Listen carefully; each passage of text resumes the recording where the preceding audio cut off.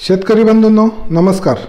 मी सचिन मिंडे कृषी मित्र या आपल्या नवीन यूट्यूब चॅनलमध्ये आपलं सर्वांचं पुन्हा एकदा सहर्ष स्वागत आहे। शेतकरी बंधूंनो सध्याचं जर बघितलं तर जे पावसाळी कांदा लागवड आहे ज्याला आपण खरीप कांदा म्हणतो याची लागवडीची शेतकरी बांधवांची लगबग चालू आहे। मोठ्या प्रमाणामध्ये शेतकरी बांधवांनी रोपं तयार केलेले आहेत। परंतु शेतकरी बंधूंनो आपण जर बघितलं तर महाराष्ट्रामध्ये कांदा हे पीक साधारणपणे वर्षभर घेतलं असं म्हटलं तरी वावगं ठरणार नाही। आणि त्याच धर्तीवरती या सुरुवातीच्या काळामध्ये आता पाऊस पडलेला आहे, बऱ्याच शेतकरी बांधवांनी कांदा रोपं तयार केलेले आहेत आणि लागवडी करत असताना कुठल्या चुका होतात शेतकरी बांधवांकडून जेणेकरून क्वांटिटी आणि क्वालिटी चांगल्या पद्धतीने होईल। म्हणून आजचा टॉपिक घेऊन आलेलो आहे, पावसाळी कांदा लागवड करत असताना ज्या मोठ्या चुका आहेत त्या मोठ्या चुका टाळल्या पाहिजेत। तर त्याच्यामध्ये सुरुवातीला शेतकरी बंधूंनो जी योग्य जातीची निवड न करणं ही एक महत्त्वाची चूक आहे। याच्यामध्ये पावसाळी किंवा खरीप कांदा लागवड करत असताना पावसाळ्यामध्ये सगळ्याच कांदा जातींची लागवड चालत नाही। जर केलं आपण तर कांद्याला डोंगळे येणं, कांदा दुबाळका होणं, कांद्याची साईज न होणं, कांद्याला कलर न येणं यासारख्या गोष्टींवरती त्याचा परिणाम होतो।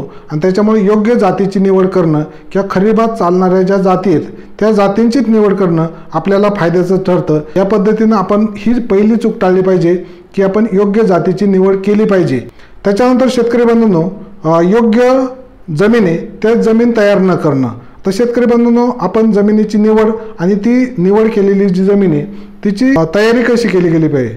काय होतं की शेतकरी बंधूंनो पावसाळ्यामध्ये कांदा लागवड करत असताना माती घट्ट होत असते, यासाठी सरी वरंबा पद्धत किंवा जी बेड पद्धत आहे ज्याला आपण गादी वाफा म्हणतो याचा वापर केला गेला पाहिजे। पण ती करत असताना अगोदर जमिनीची योग्य एकदा दोनदा नांगरणी झाली पाहिजे।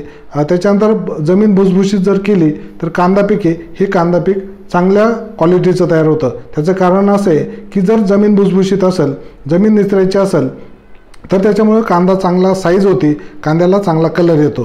त्याच्यामुळे योग्य जमिनीचा वापर करणं आणि ती जी आपण निवडलेली जमीन आहे त्या जमिनीचं जे तयार करणं आहे त्याची नांगरटे कुळवटे ह्या सगळ्या गोष्टी जर केल्या तर आपल्याला कांदा उत्पादन घेताना नक्कीच त्याचा फायदा होतो।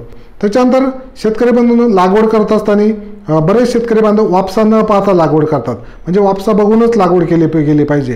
तर काय होतं की पावसाळ्यामध्ये मोठा पाऊस होतो किंवा खूप ओल्या मातीमध्ये जर लागवड केली तर आपल्याला त्याच्यामध्ये जे माती आहे त्या मातीमध्ये जर का पाणी साचलेलं असेल, खूप ओली माती जर असेल तर जी लागवड केल्यानंतरची जी कांद्याची रोपाची जी मुळकूज होत असते आणि त्याच्यावरती बुरशीचा अटॅक होत असतो। त्याच्यामुळे काय केलं गेलं पाहिजे की वापसा पाहूनच लागवड केली गेली पाहिजे। फार कोरडी माती नको आणि फार ओली माती नको याचा जर आपण वापर केला तर त्यामुळे काय होतं की आपल्याला चांगल्या पद्धतीनं त्याचा फायदा होतो। त्याच्यानंतर शेतकरी बंधूंनो रोपांचं जे पुनर्लागवड करतो आपण, रोप तयार करून जी पुनर्लागवड करतो, जर आपण सरीवरंबा पद्धतीनं किंवा बेड पद्धतीनं जर लागवड करत असेल तर साधारणपणे 2 रोपांमध्ये 10 सेंटीमीटरचं आणि 2 रोमध्ये 10 ते 12 सेंटीमीटरचं अंतर जर ठेवलं तर त्याच्यामुळे काय होते की जी हवा आहे ती हवा खेळती राहते। त्याच्यानंतर जे कांदा आहे हा कांदा पोसत असताना त्याची जी साईज आहे ती साईज एकसारखी व्हायला याचा आपल्याला फायदा होत असतो। आणि जे आपण दिलेले जे खत आहेत किंवा जे लिक्विड फर्टिलायझर आहे ते लिक्विड फर्टिलायझरसुद्धा त्याला काय होतात एकसारखे लागू होतात आणि त्याचं जी साईज आहे साईज होताना ते आपल्याला त्याचा नक्की फायदा होतो। त्याच्यामुळं कांद्याचं जे कलर आणि साईज आहे हे करत असताना 2 रोपातील आणि 2 ओळीतील अंतर आहे हे योग्य राखलं गेलं पाहिजे। त्याच्यानंतर अलीकडील काळामध्ये एक उदयास आलेली पद्धत कांदा लागवडीची म्हणजे मल्चिंगवरती लागवड केलेलं। पुणे जिल्ह्यातील जर जुन्नर तालुका जर बघितला तर ज्या जुन्नर तालुक्यामध्ये मल्चिंगवरती मोठ्या प्रमाणामध्ये लागवड केली जाते कांद्याची। तर कांद्याची लागवड करत असताना आपण काय केलं गेलं पाहिजे की जे कांदा पीक आहे या कांदा पिकाची मल्चिंगवरती जर आपल्याला शक्य असेल तर मल्चिंगचा वापर केला गेला पाहिजे। आता मल्चिंगचा वापर केल्यामुळे काय होतं की कांद्याची जी साईज आहे ती साईज एकसारखी होती। त्याच्यानंतर जे तण व्यवस्थापन आहे ते तण व्यवस्थापन योग्य पद्धतीने केली जाते. त्याच्यामुळे मल्चिंग केल्यामुळे काय होते, गवत जास्त वाढत नाही. गवत न झाल्यामुळे जे अन्नद्रव्य ते अन्नद्रव्य जमिनीतून जास्त आपटेक होत नाही. जे मूळ पीक आहे किंवा जे आपलं मेन कांदा पीक आहे त्या कांदा पिकालाच ते लागू होतात. त्याच्यानंतर तण व्यवस्थापनामुळे जे बाकीचे रोग किडी आहे त्या किडीसुद्धा येत असतात. त्याच्यामुळे याच्यावरही आपल्याला त्याचा जो खर्च आहे तो खर्च कमी होतो. परंतु याच्यामध्ये मल्चिंगचा आपला खर्च वाढतो हे निश्चितपणे. तर त्या पद्धतीनं जर शक्य असेल तर आपण मल्चिंगचा वापर केला गेला तर अधिक उत्तम राहील. त्याच्यानंतर शेतकरी बंधूंनो, तर योग्य पाणी न देणं किंवा पाणी जास्तीत जास्त साचू देणं. आता आपण काय करतो की पावसाळ्यामध्ये भरपूर प्रमाणात पाऊस होतो किंवा आपल्याकडे मुबलक प्रमाणामध्ये पाणी असतं, त्याच्यामुळे आपण ठिबकचा वापर करत नाही. तर ते ठिबकचा वापर केला गेला पाहिजे हे मी सांगेल. जर बेड पद्धत असेल किंवा सरीवरंबा पद्धत असेल तर हीच पद्धत वापरा.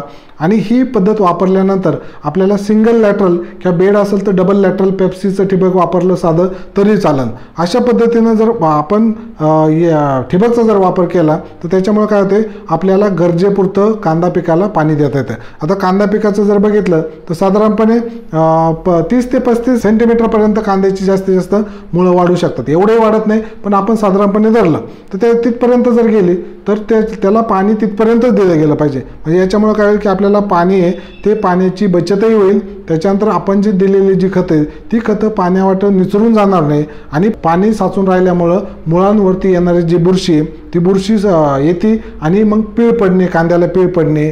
त्याच्यानंतर कांद्याच्या ज्या मुळ आहेत त्या मुळावरती वेगळ्या पद्धतीचं बुरशीचं अटॅक होऊन ते मुळकूज होणं किंवा त्याच्यातून अन्नद्रव्य आपटेक न होणं ह्या गोष्टी आपल्याला दिसून येतात. त्याच्यामुळं कांद्याला योग्य पाणी देणं, ठिबकचा वापर करणं किंवा जास्त पाणी साचू न देणं, अशा पद्धतीनं हे एक महत्त्वाचा मुद्दा आपल्याला या ठिकाणी लक्षात घेता येईल. त्याच्यानंतर पुढचं आहे खतांचा वापर किंवा खतांचा अंदाजे प्रमाण जे वापरतो ते वापरण्याचं जे प्रमाण आहे ते अंदाजे वापरणं. तर बरेच शेतकरी बांधव काय करतात, युरिया असन, DAP असन, 10-26 असन, 18-46 असन, 10-26-26 असेल किंवा बाकीचे वरखतं असतील, तर हे रासायनिक वरखतं देत असताना काय केलं जातं, अंदाजे वापरला जातो. याच्याकरता आपण काय केलं गेलं पाहिजे, माती परीक्षण करूनच आपली जी जमीन आहे त्या जमिनीला कशाची गरज आहे त्या पद्धतीनं दिलं गेलं पाहिजे. जी वरखतं आहेत ती वरखतं दिली गेली पाहिजेत. याच्यामुळे काय होईल की आपली जी खतांची बचत आहे ती बचत होईल आणि आपल्या कांदा पिकाला कोणती खतांची आवश्यकता आहे हे आपल्या लक्षात येईल. त्याच्यामुळं अंदाजे खतं न वापरता योग्य सल्ल्याने खतांचा वापर जर केला तर आपल्या त्या ठिकाणी आर्थिक बचत मोठ्या प्रमाणामध्ये होत असते. त्याच्यानंतर कांदा पुनर्लागवडीनंतर सुरुवातीच्या काळामध्ये काही रोग आणि किडी यांची सुरुवातीला दखल न घेणं ही सुद्धा चूक आपल्या शेतकरी बांधवांची ठरते. तर त्याच्यामध्ये काही कीड पडली आहे, काही रोग दिसतोय, तर याच्यामध्ये सुरुवातीला आपण टाळाटाळ करतो की नाही जाऊ दे, मला 1-2 कांद्यावरतीच मला कुठंतरी पातवाकडे दिसले, कुठंतरी कांद्याला पिळकावणं पडले, कुठंतरी 1-2 रोपांची एखाद्या वाफ्या मिळून किंवा एखाद्या बेडनुसार 4-2 कांद्यांचीच मर झाली, आपण असा विचार करतो. परंतु शेतकरी बंधूंनो, आपला हा जो हलगर्जीपणा आहे तो काय होतो की आपल्याला पुढे मोठी नुकसान करून देत असतो. म्हणून रोग असेल किंवा कीड असेल किंवा एखादा बुरशी असेल तर त्याचं सुरुवातीला आपण आकलन जर झालं तर सुरुवातीला आपण त्याच्यावरती काय केलं गेलं पाहिजे, काही जैविक उपाययोजना आहे त्या जैविक उपाययोजना किंवा जी साधी कीटकनाशके त्यांचा वापर केला तर आपलं आर्थिक जी बचत आहे ती आर्थिक बचत होईल. स्वस्तामधले येणारे जे कीटकनाशके त्यांचा वापर जर केला तर आपल्याला रोग आणि किडे यांचं एकात्मिकपणे आपल्याला व्यवस्थापन करता येईल. आणि त्याच्यानंतर काही ज्या चुका होतात त्या काढणीच्या काळामध्ये होतात, साठवणुकीच्या काळामध्ये होतात. पण काढणी करत असताना काय केलं जातं की अर्धवट कांदा काढू नये, पूर्ण त्याची साईज झाल्यानंतर त्याचे दिवस भरल्यानंतर त्या कांद्याची काढणी केली जावी, माना टाकल्यानंतर कांद्याची काढणी केली जावी.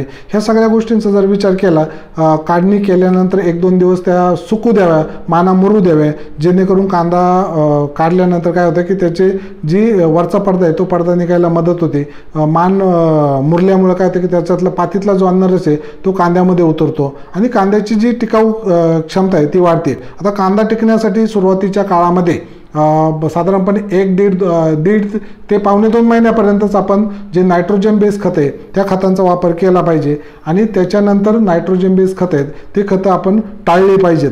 जेणेकरून कांदा काढणीनंतर सडण्याचं जे प्रमाण आहे किंवा कांदा काढणीला आल्यानंतर लगेच जो सडतो तर तो सडला जाणार नाही आणि याच्यामुळे काय होईल की जी शेवटच्या याच्यामध्ये जे गरजेची खते ती गरजेचीच खतं द्यावी जेणेकरून फक्त साईज आणि कलर होण्यासाठी आपल्याला याचा फायदा होईल।